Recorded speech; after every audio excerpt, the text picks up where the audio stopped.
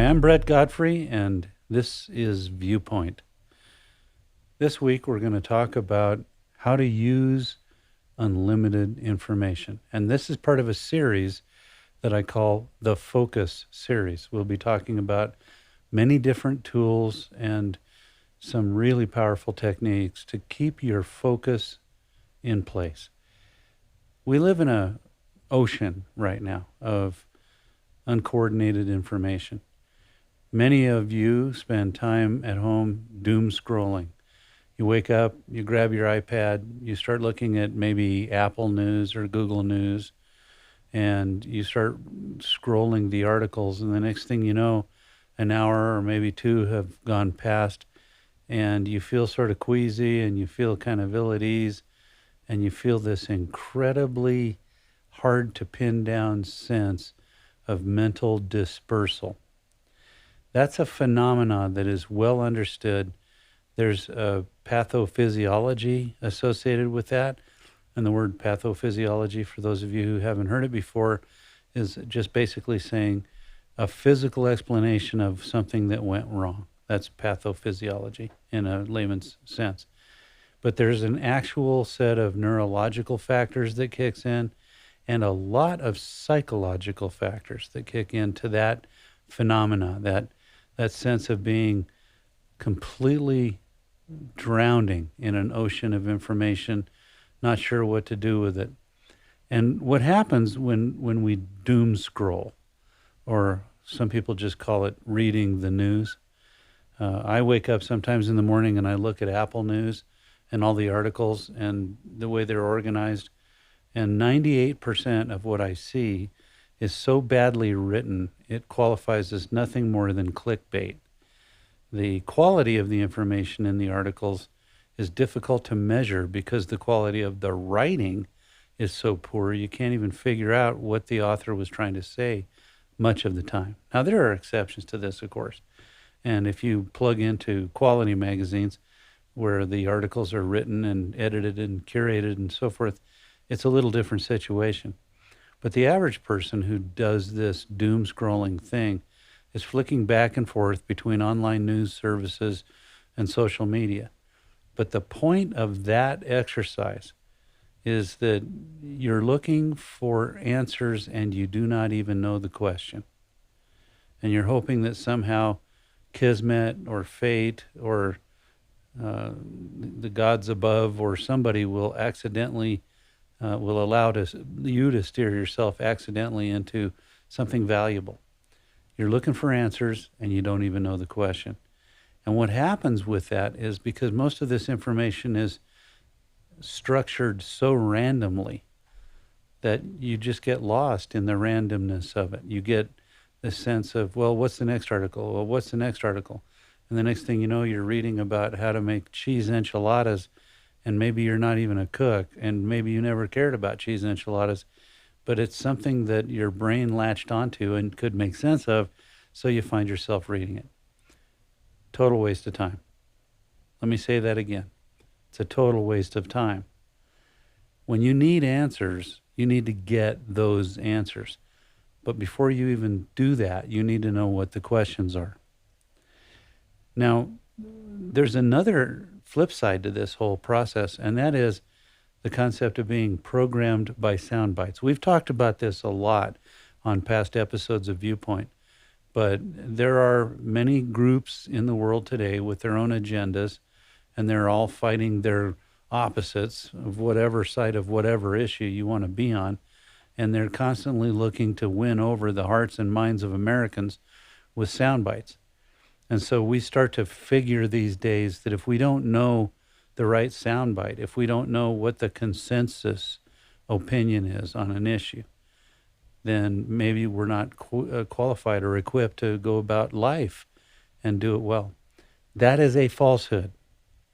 So we have doom scrolling and spending too much time reading the news as a total waste of time. But now we also have it as opening the door to your mind so that you can be programmed by people who know exactly what they're doing in terms of alarming headlines things that are designed to get you worried, things that are designed to trigger a little voice in your brain that says, if I don't know the answer to this, then I am in some hobbled position. I have my shoes tied together.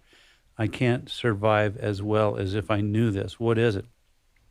And the art of designing headlines for online news to make you feel that you better read this article. And P.S., a clue is when the headline ends with a question mark. There's a point to be made in there, but they don't have the authoritative sources to actually make a point. So they put it out as though it were just a question. Is there life on other planets? Are aliens present on Earth? Question mark. Will Iran launch nuclear weapons the second it has them? Question mark. Nobody knows what Iran's going to do with nuclear weapons. We know we're scared of it, and we have good reason to be scared of it, but we don't actually know what they're going to do. So a headline that starts with a question mark like that says, will Iran launch nukes? Question mark. Boy, you see a headline like that, you feel you really have to read it. Are we sitting here at the edge of Armageddon, at the edge of a nuclear war, World War III, the end of mankind, the apocalypse, whatever? Those things open up articles which are clickbait. You are designed to respond to an input in a way that is designed to make money for someone other than yourself. So be alert to this. You are being programmed when you do these things. When you spend way too much time in low-quality news sources or randomly compiled news sources or social media that just goes on and on and on and on, you are being programmed. So not only is it a waste of time, it's a waste of your ability, in the sense that your ability goes down when you're engaged in this kind of activity for hours a day. There's a reason why computer makers such as Apple have come out with screen time and other things so you know how much time you spend on the screen. It's not as helpful as it could be because most of you have to spend time on the screen just to do your daily job. Many of you spend too much time pretending to work when you're actually just trying to entertain yourselves. We want to be entertained. We want answers. But we think we just need to hand ourselves over, body, mind, and spirit, to the gods of the internet to figure out how that should happen. That's a disease. I don't know the name of it, but I think it has a name. You can recognize that disease by the fact that you spent 2 hours on the computer and didn't have nothing to show for it, didn't gain a thing. No useful data.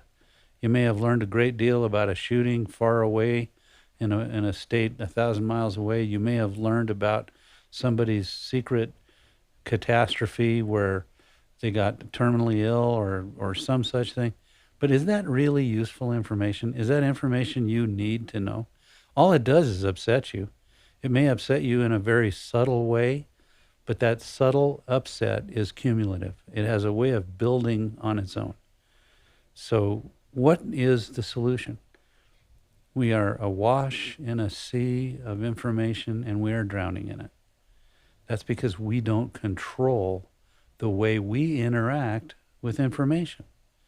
There is fantastic power, at least in theory, in having access to unlimited information. And with the internet today, you do. And if you're on paid research services, I'm a lawyer.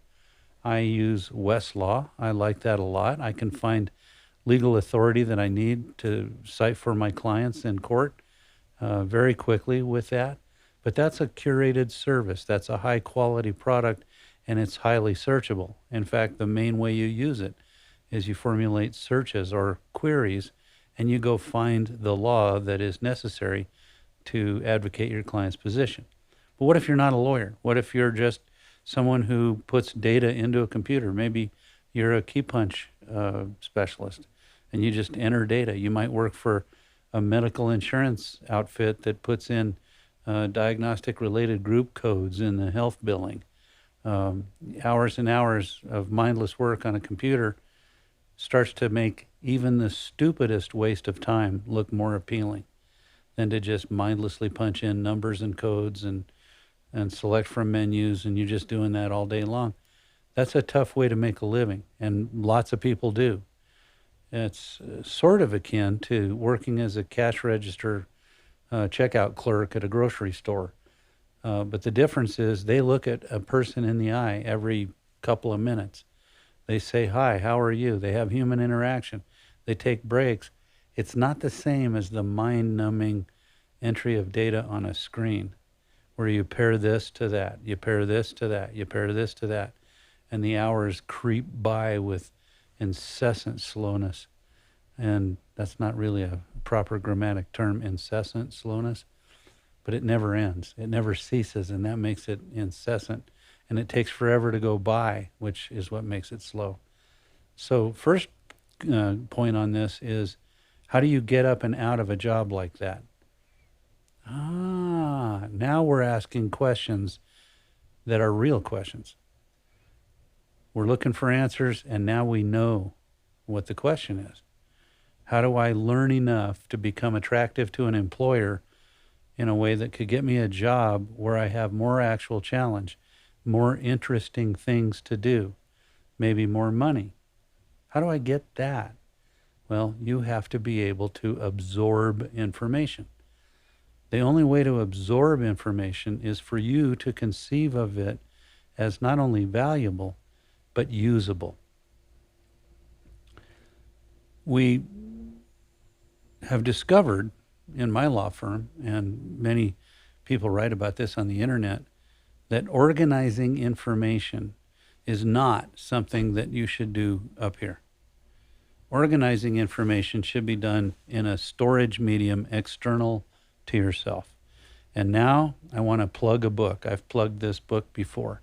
It's called Getting Things Done by David Allen. And what David Allen postulates in his book, which has a subtitle of The Art of Stress-Free Productivity, is to set outside of yourself some system. In the first version of his book, that system was a carefully designed set of file folders or index cards or lots of different physical storage. And much later, software companies started designing software specifically to use David Allen's GTD method, the Getting Things Done method. I got completely hooked on a software application called Daylight, which only runs on Apple computers for now. But it was designed initially to be the vehicle for anyone trying to use the GTD system. But let me just, for those of you who haven't read the book, let me give you a short outline of what it means. You put all your stuff in one place, all your Post-it notes, all your stickies with ideas on them, all your letters that have come in the mail, everything that constitutes a reminder of a task you need to perform. And the task may be simply answering the email, or it may be some major project that you have to go perform that could take days or weeks to complete. But the point is, you put it all in one place, and you process from that pile. Most people need more than one pile. They need a physical pile, and then they need their email inbox or online sources of stuff to do.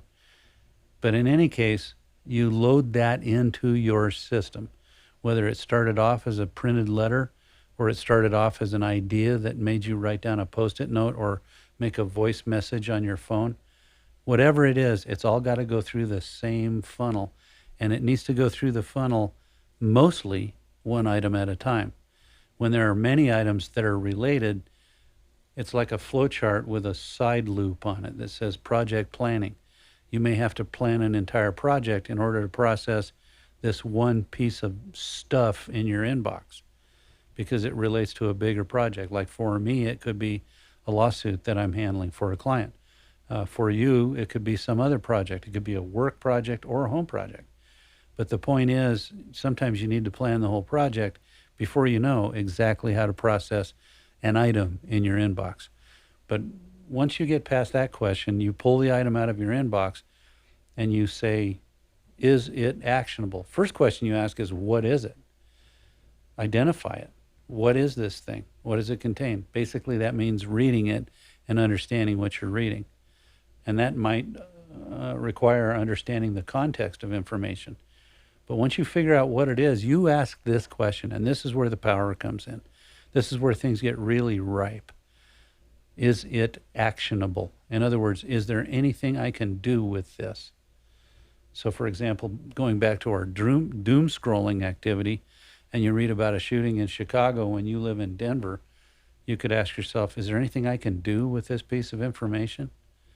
Well, if you're an advocate for gun control, or you're tracking criminal statistics, or you're interested in how the mass populace responds to things, maybe you're a politician, then maybe you'll be able to use that piece of information. But for the vast majority of you, information like that has no use. You cannot use it. It is not actionable. There's nothing that must occur because you got it in your inbox. So avoid those time wasters and ask yourself from your inbox, is this actionable? Because the way it got into your inbox is somewhere along the line, either you or someone else decided that it was actionable and that you would be the best person to route it to. You may not be the best person to route it to. But before you can decide that, you ask this question. If it is actionable, what's the next action? And this is part of what you have to track. And if you track it in your mind, you're cluttering up your mind with more useless information.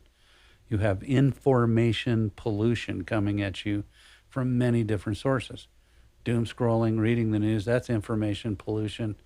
Spending way too much time on social media, that's information pollution. You get the idea. But if the item is not actionable, what do you do with it? Maybe you throw it away. Maybe you archive it so you could find it later just for general reference. Or maybe it is actionable, but the action isn't necessarily something that has to happen today, this week, or even this year. So you put it in the someday pile, where you can go check your someday pile maybe once a month or something like that, and see how many of those things really should still be in there. And maybe you'll take some of those items and give them due dates. But if it's actionable and you know the next action, now we have the next part of the flow chart. If it can be done in under 2 minutes and it's actionable and you know the next action, just do it. If it can be done in less than 2 minutes, it's not worth the time to import that into your storage system that you use, whether it's Daylight or physical file folders or Outlook or one of a number of other programs like Milk and Things and these other to-do list programs that are also great, or Reminders, which is native on iOS. You just do it if it's going to be something that takes less than 2 minutes. On the other hand, if it's going to take longer than that, you have to ask yourself, am I the right person to do this job? And if you're not the right person to do the job, delegate it and don't wait around. Get that delegation made. Send it as an email attachment to someone. Best to keep records on this. Put that in your system, whether it's Daylight or any other thing. You put that in your system. I delegated this to Joe Blow on this date, and I put a due date on it. Now, it's really important that as you go through your items, you decide when, realistically and by necessity, those things need to be completed. If you've got a task that has to be completed 3 months before another task can be completed, because there's lag time, lead time, wait time, whatever, then your internal due date has to be set accordingly. And most of these good computerized systems like Daylight will allow you to sort based on your internally set due dates. You can sort based on projects because these things all link together. You link it to a project, you give it an internal due date, you make sure the description of the task impels action. You don't set down a goal like figure out how to speak Italian. That's not a task, that's a goal. The task might be pick out the best online learning service, whether it's Rosetta Stone or one of the other programs that are out there. There are many now. But that's a task. Figure out which program to use or which class to enroll in. If you're not a person who could learn a language online and it's urgent, then you might find yourself applying to the Defense Language Institute in Monterey, California, which is where a lot of high-level government people learn their languages in a hurry. Maybe just identify what it takes to get into that school. Figure out if it's right for you. That's a task. That's not a goal. A task impels specific action the minute you read it. So your descriptions of your tasks are important. But let's take another step back, as I often like to say. Let's go back up to the 20,000 foot view. What's really happening here is you're organizing information outside of your own brain. This is a theme we're going to cover today. Get that stuff out of your head and into a system that's well organized and allows you to index and sort and cross-reference with ease. Once that's there, you can devise your daily task list based on A, what's most urgent, B, what you're in the mood to do, C, what the resources were, tasks for which the resources are available. Sometimes you'll have a subtask like, I don't have the resources for this, go get the resources. I'm going to hang a picture in my living room, but I don't have hanging hooks. So the task is go to Home Depot and buy picture hooks, or get on Amazon and buy picture hooks, et cetera, et cetera. If I don't put down the next action that has to happen for an item in my inbox, I have zero chance of processing that item out of my inbox. The very next thing, if I want to hang all the paintings in my home, go buy picture hooks. Now I know what the next action is, and it's a specific task, and the description impels action. Go to Home Depot, buy picture hooks. So go, that's an impulsive word. It impels action. Now, being outside of your own mind involves more than just processing your consolidated inbox. It also involves thinking. And this is a bit of an ethereal concept, but I'm going to beg you to stay with me on this, because this is a life-altering thing if you can find it in yourself to practice it enough to get good at it. It will make you into a super thinker and a super worker. It'll make you seem incredibly bright. Do this. Outline what you know, organize what you know, and after you've done that, it will be easy to spot what you don't know. If you just have it all in a mishmash somewhere, you won't be able to conceive of what you're missing. And when you're missing data, it's very hard to solve problems or to formulate solutions. To me, there is a difference between solving a problem and formulating a solution. And they come down to this very simply, is how attached are you to a contradiction in goals? When goals contradict or when goals run up against barriers, that's a problem. You may have a task or a challenge to formulate a solution that isn't really a problem. An example could be, how do I set up and run my own podcast? That's not a problem, but it does require you to formulate a solution. Do you see the difference now? So being alert to what's rattling around up here is the key to what we're covering today in terms of how to make use of unlimited information. But right now, we're talking about listing out what the goals are and understanding that those goals are not tasks. And for each goal, you might have 10 tasks, you might have 1,000 tasks, you might have one task. But a goal gives birth to tasks. One of those tasks is often get more data. You'd be amazed how often you can't formulate a solution or solve a problem because you're missing key data. And where it gets really insidious is when you're missing key data and you don't know what it is you're missing. This is where organizing outside of your own head, and you can do this with a mind map. I love mind maps. A mind map is nothing more than a graphical way to connect ideas together on branches and chains, just like a knowledge tree. A mind map is like a knowledge tree. Another way to do it is with outlines. I like to make outlines in my note-taking software. And then I find that if I reorganize the bullet points, it starts to become clear we're missing some knowledge here. We have knowledge that is missing. Now, once we've identified what's missing, we have the ability to leverage that super futuristic power that we loosely call unlimited access to unlimited information. So instead of browsing or surfing the web, doom scrolling, things like that, now we're confronted. I have this iPad in front of me. I may have a desktop computer. I may have my phone. But how do I access the answer once I've identified what's missing? I don't know X. And this is useful. You can, right there in your own outline, excuse me, you could type out a sentence that says, I don't know, and then something will come to you. You may stare at it for 5 minutes. You may stare at it for 5 seconds. I don't know when this is due. I don't know what the goal is. I don't know why they asked me to do this. I don't know the law on a specific issue. What is it that I don't know?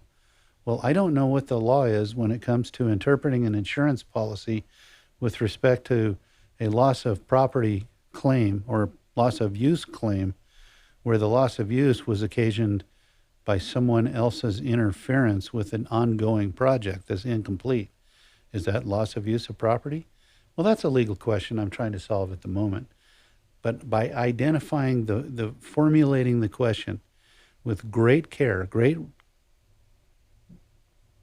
patience in my wordsmithing, once I formulate that question, now I know what my task is. Go research that question. And on Westlaw, you could just literally type that question in, and very often, majority of times, you'll get the answer listed out for you. This case, this statute, this decision, whatever. But by writing the outline out, you say to yourself, well, I don't know enough to write the outline. Maybe that's true, maybe that's not true. Oftentimes, it's not true, but you think it is. And I want to focus on that as a special case. If you try this thought experiment with me, you're dealing with a certain issue, problem, project, whatever. And you could go into a room with a whiteboard or pull out a legal pad or open up a document blank in Word and turn on the outline feature. And you could start to write everything you do know about it in very concise bullet points. And then you could start to get a clear-cut sense of what you need to get to do this job. And it's amazing, until you try it, your little voice in your brain will be telling you, oh, that won't work. You don't know enough. Everything's confused. Everything's all swirling around everything else. It's just a mishmash. There's no way I can think with it. Well, guess what? If you just sit down with that external system, that blank Word document, or your mind map on your iPad, or whatever it is you're using to externalize the structure of your thinking, then suddenly the missing pieces will jump out at you. But if you don't try it, you'll be stuck with the voice that says, oh, things like that are impossible. You can't just sit in a chair and stare off into space and turn chaos into order. Guess what? You can. That is the most important message for today's podcast. You absolutely can. Now then, once you figure out what you need to learn, you have to know how to go get it. And scrolling the web, hoping to find it at random, isn't going to do it. In the immortal words of a great singer, you can look for answers, but that ain't fun. So get in the pit and try to love someone. Kid Rock. Looking for answers is okay if you know the questions. People that are looking for answers without knowing the question are doomed to failure from the first day. Don't be that person. So once you've listed what you know, what you don't know, you started to organize the key information that's available to you, and you started to list out places to find that information, you'll find that it generally comes down to 3 categories. And you could make a little Post-it note for the side of your computer that lists the key points of this podcast to guide you through the formulation of solutions and the solving of problems. But you've got 3 broad categories. One is what I call the targeted search or the focused search. So, for example, if I want to find the legal question on Westlaw, I need to formulate that search carefully, which means I just need to think about what it is I'm trying to find and putting it into words. targeted searches work fine on Westlaw. They work even better, believe it or not, on both Google and Bing. When you type in a 3-word search in Google, you'll get some broad answers. You'll find some Wikipedia pages and so on. But Google has an advanced search function that operates very much like the one in Westlaw. What that means is you can say, I want these words in proximity with those words, but not them words. And then I just want to find scholarly articles, or I just want to find images, or I just want to find some type of information. You can set all of that up in an advanced search on Google. So I strongly recommend that you put on your task list, learn how to do advanced searches on Google. Now that's a goal, that's not a task. Experiment with Google advanced searches. That's a task. But separate the goal from the task. Keep track of both of them, because tasks are always subordinate to goals, and tasks often have subtasks. So keep that system running. Take care of it every single day. The second thing you can do when it comes to information, you could come to the conclusion that you just don't have any information, or you don't have enough to spot the gap, to spot the missing stuff. Maybe you're sitting down to work on how to litigate a construction defect lawsuit. Maybe you're trying to figure out the best way to improve on a certain surgical procedure to install a stent in the aorta or somewhere in the cardiovascular system. Maybe you're trying to figure out how to pour a driveway. And you realize you know so little about it that you need an overview. And this is where you get into what I call general study. And that, for me, tends to divide into books and courses online. Now, my favorite source of courses online is LinkedIn Learning. Ever since they bought lynda.com, I think they've improved quite a bit. But my colleague off the set thinks I'm dead wrong. But YouTube has online courses that are stunning. I paint landscapes. I wanted to get more knowledge, but I didn't know which questions to ask. So I signed up for some online courses by guys who paint the way I paint, but they're better than me. And they have beautiful online courses. So I go through those. Or I buy a book. When I was a young lawyer, I had fallen into the computer world by springing for my first laptop, and I realized I wanted to build a database to keep track of all my pending cases and later my tasks. So this is before you could buy beautifully written stuff like Daylight. So I built a database with DBase 3 Plus, which is a really old program that was put out by a company called Ashton Tate. I had no idea how to code in DBase 3 Plus. So I went to the local tattered cover bookstore, and I spent hours perusing books on DBase until I found the one that looked like I could make the most use of it the most quickly. And that book was this thick, and I read it cover to cover in about 6 days. Now, this is a thing. This is really important. Can you read a book? Can you read? Well, probably you could read the title of this podcast, and it may have intrigued you enough that you're still listening to me even now. But can you read a whole book? Could you pick up something like this book here and read it cover to cover? This is called the Federal Trial Handbook, Civil.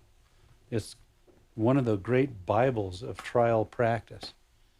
What if I read this book cover to cover? I read an earlier edition of it cover to cover. It took about 5 weeks to do it. But most people would look at this book and say, I can't read that cover to cover. It sounds wonderful. God, I wish I could. But I know that I'll get about that far into it, or maybe that far into it, and then I'll get interested in other things, and I'll never come back to it. Why is that? It's because you have not yet mastered the art of sustained concentration and also budgeting time. The first time I read this book, and the one I read is highlighted and sticky noted and all sorts of things, but I read a chapter a day. It was just a ritual. Every morning I'd wake up, drink my coffee, and read one chapter of Federal Trial Practice or Federal Trial Handbook Civil. And I became addicted after about a week. It started off as very dry, very erudite, and I found myself absorbing everything I was reading. Every day, I became a better trial lawyer. Every single day. I build websites now. I code in HTML and I use WordPress. I know CSS. I know jQuery really well. I've started to learn JavaScript, and I know HTML5. I studied online courses for that. I didn't read books. I took several lengthy courses on LinkedIn Learning to learn how to code because the information was broken down into bite-sized pieces. So here's a little trick for you. You will never read this book. You will never be able to read this book. No one could read this book.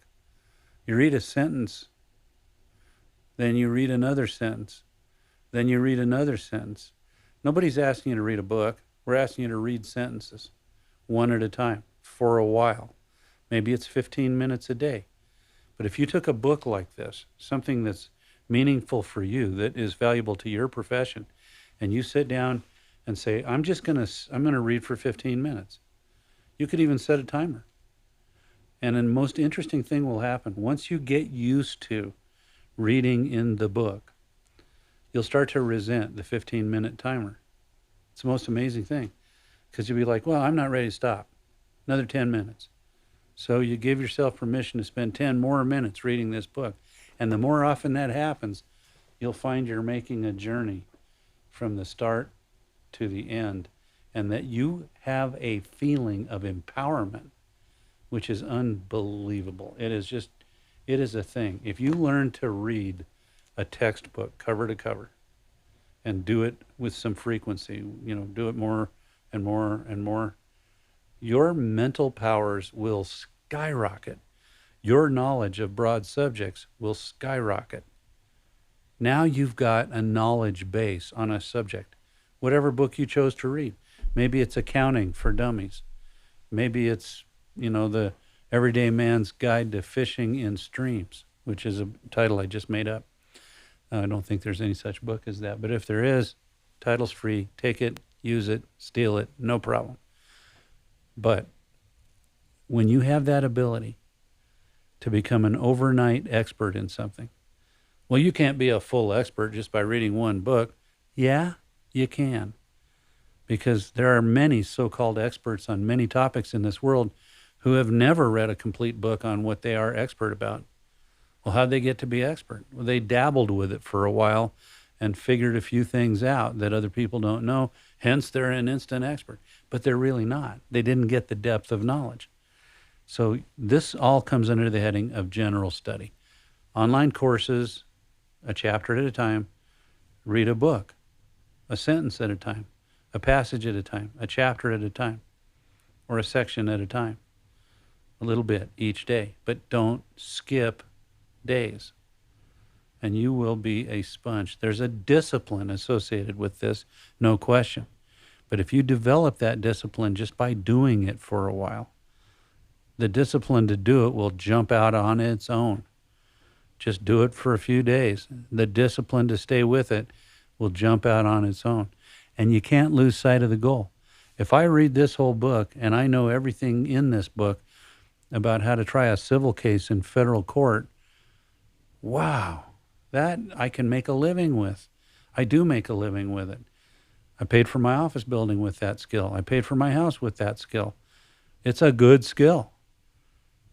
I read a book. Now I'm Superman. Be that person. Next, we have information that isn't capable of being looked up. What is the company position on this issue? What is the boss's issue on that issue? Why are those folks over there asking us to do such and such? You won't be able to Google those things easily. You won't be able to read about them in a book. You won't be able to find quick answers in Wikipedia. You have to ask questions. But I have seen young lawyers in the practice of law who are inherently knowledge workers get quite cozy with the idea that they have no idea why we're working on a project. What's the goal of this project? When did we take this project on? What was the problem statement that came with this project? What solution are we trying to formulate? They don't know. They've been peeled off a small chunk of this as a task. They're just going to go do that task. But they don't feel the discomfort that they should with not knowing more about the big picture. And then I have young people come to me every day in my firm, and they'll say, why are we doing this? Or why are we doing this way? They can't look that up as easily as they can just come ask me. But being willing to reach out for information includes reaching out to people, finding out who to ask. Now, you need to beware the uninformed, dishonest, or manipulative source.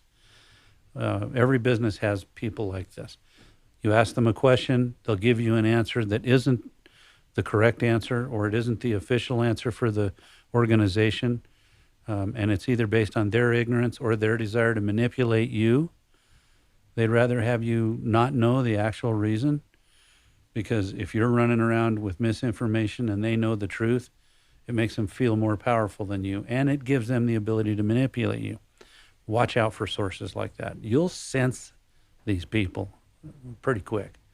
Once you start to pick up that little antenna starts to twitch, pick up that little vibe, you'll start to think, maybe I should be asking somebody else about this. So go to the source that you trust the most, not the one that is the least intimidating or the closest, but the one that is the horse's mouth. Go to that person and ask the question. And if they glare at you and say, get back to work and don't answer the question, well, find a different source then. But most of the people who really know what's going on are not like that. And by most, I mean 99% of the people who really know what's going on are not that way, unless they're in a operationally secure environment, such as a military organization working on a classified project. That's a different thing. But if you're just in a company that's changed its way of manufacturing a product, ask, why did we do this? Was this an improvement? How do I make myself knowledgeable on this new method? You may have to go out onto the shop floor and talk to the shop foreman for a couple of hours. And depending on what part of the company you work in, that may or may not be difficult to negotiate that time. So, in closing, I'd like to just throw this idea at you. Your brain is capable of absorbing far more information than you think. When you spend time doom scrolling or browsing the web or browsing social media, that's time you could have spent absorbing really well organized information that's designed in a way to give you the most horsepower. Don't waste your precious reading time on stupid shit. I'm Brett Godfrey, and thank you for listening.